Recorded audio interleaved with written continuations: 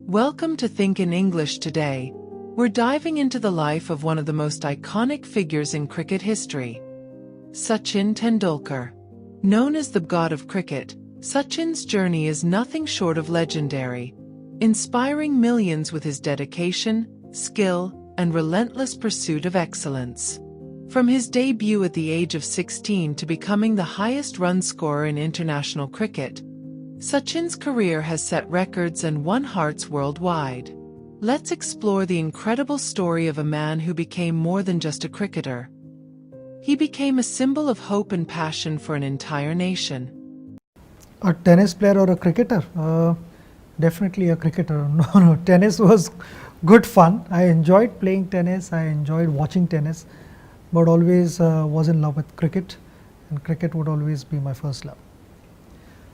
Talking about the golf ball significance in my life, in fact it was in the early part of my life when I was only 11 years old, and I was staying with my aunt, and I would make her chuck number of balls a day. Golf ball, I had purposely taken a blade and made that into oval shape so that it would hit the floor and then change direction. It sort of taught me to play back foot defense with soft hands. Also, not being so tall, I had to be, throughout my career, I had to be on my toes, and I thought somewhere, that golf ball practice had a role to play in my technique. And basically, I mean, as an 11-year-old, full of energy, and in spite of practicing number of hours on the field, I still had to do something to do with cricket, and that's how I killed my time. My interest in bowling was always there. In fact, as a youngster, I think I was only 13 years old, I went to Chennai for Dennis Lilly's fast bowling MRF camp, where he suggested that I stick to batting because not knowing that I was actually a batsman, wanting to learn how to bowl fast, because fast bowling is something which always fascinated me. Sometimes being a school captain helped, because with the new ball I could bowl seam ups, then semi-new ball I would bowl off spin, and old ball leg spin, and by then the second new ball will be again available. So I continued bowling, and I thought, and that continued even in the nets, because when I played for India for almost the first 22 years of my career, I bowled to all 10-12 batsmen in the net. I would bowl seam ups if the wicket was helpful for fast bowlers, bowl leg spin, off spin, and basically it's just playing more cricket and grasping more things in life, and then getting to know more about cricket, getting more information from various players. The first time I met Anjali at my place was Anjali had turned up as a journalist, because I didn't know how to invite her otherwise. And she said that I'm close to your house, can I meet you? And till then, no girl had visited my house, and this was the first time. So I didn't know how to deal with that. So I said, you have to walk in as a journalist wanting to interview me, otherwise you have no other chance of coming here. So I mean, she pretended to be a journalist when she came to my house for the first time, and I had to offer her something. So offered her chocolate, I would say. In fact, I only had one chocolate, which was the case because of me and my family polishing off all the chocolates, mainly brothers, and only one chocolate was there. So I had cut that chocolate into small pieces and spread that all over the plate, thinking that there were many chocolates put together to have. So I precisely remember that that meeting was something special. And then I think my family realized that she wasn't a journalist. The body language says it all. When Sara was born, at that time I was at Anjali's house, which is like 50 meters away from the hospital, and I was with a very, very dear friend of mine, my childhood friend Sunil Harshe, and we were on the terrace of her house, Anjali's house. I said that I cannot believe that in hours from now I'll become a father, and life is going to change. So we both were sort of restless and looking forward to what was going to happen in my life. And as soon as I got a phone call, I rushed to the hospital, and I was there. I mean, that first glimpse of Sara was special. Like, you'll never forget. Yeah, my first taste of Chinese food was when I was only 9 or 10 years old. All my friends had decided to go for a Chinese meal, but the condition was each and every person brings 10 rupees with them, and we were going to put our money into the kitty and then order food accordingly. The meal was rather short because before I realized the meal was done. Soup, I was sitting, all the younger guys were sitting at the far end of the table, and the older guys were like 19, 20-year-olds were sitting on the main side of the table, where the waiter would put everything there in front of them. They would take large portions in their plates, and then it would be passed on to us. And I remember the first taste of Chinese food was sweet corn chicken soup, and I had a couple of spoons, and it was done. My share was done, and I said, "That's it." I said, "Yes, that's it. And whatever money that we have, this is what you get." And fried rice also, hardly a few grains of rice here and there. And the meal was done, and I came back starving. And I said, "I want to eat." And everyone at home said, "You went for Chinese meal, and we thought that it would be an enjoyable experience. So what happened to that?" I said, "I'll tell you later," because the older guys had told her, "Don't tell anyone. You just keep quiet." I thought the first phase was a difficult one, and there were differences in our opinions. I mean, I felt the selectors were thinking something different, and I was thinking something different, and I wasn't given the team that I wanted. There were few individuals that I wanted in the team, and which didn't happen, and which was a big setback and a big disappointment, because my only goal was to win matches for India. I didn't want anything else, and I felt we were not on the same wavelength. I mean, we were thinking differently, and if a captain has to go out in the middle and take his team and want them to play the way I want to play cricket, then I got to have the players that I wanted, which didn't happen. So that was the first thing of my captaincy. The second one was also a challenging one. We went to some tough places. We went to Australia, we went to South Africa as well, and things were not happening according to the way I wanted. All in all, I felt that we were not putting enough runs on the board. I don't think we scored 300 even once in 3 test matches in Australia. 6 innings, if you don't score 300 even once, then you are not likely to win, but lose that test. In fact, even ending up in a draw would have been a great result, because Australia being the top side in the world, we would have been happy with that. But that didn't happen, so more so because there were not enough runs on the board. My 25th birthday was a memorable one in Sharjah, because before that, on 22nd of April, we needed X amount of runs to qualify for the finals. Even if we didn't win the game, we were still going to qualify if we scored X amount of runs. And there came sandstorm, and the target was readjusted, and it became a stiff total, because I think, if I'm not mistaken, 4 overs were deducted, and only 7 runs or 8 runs were deducted from the total.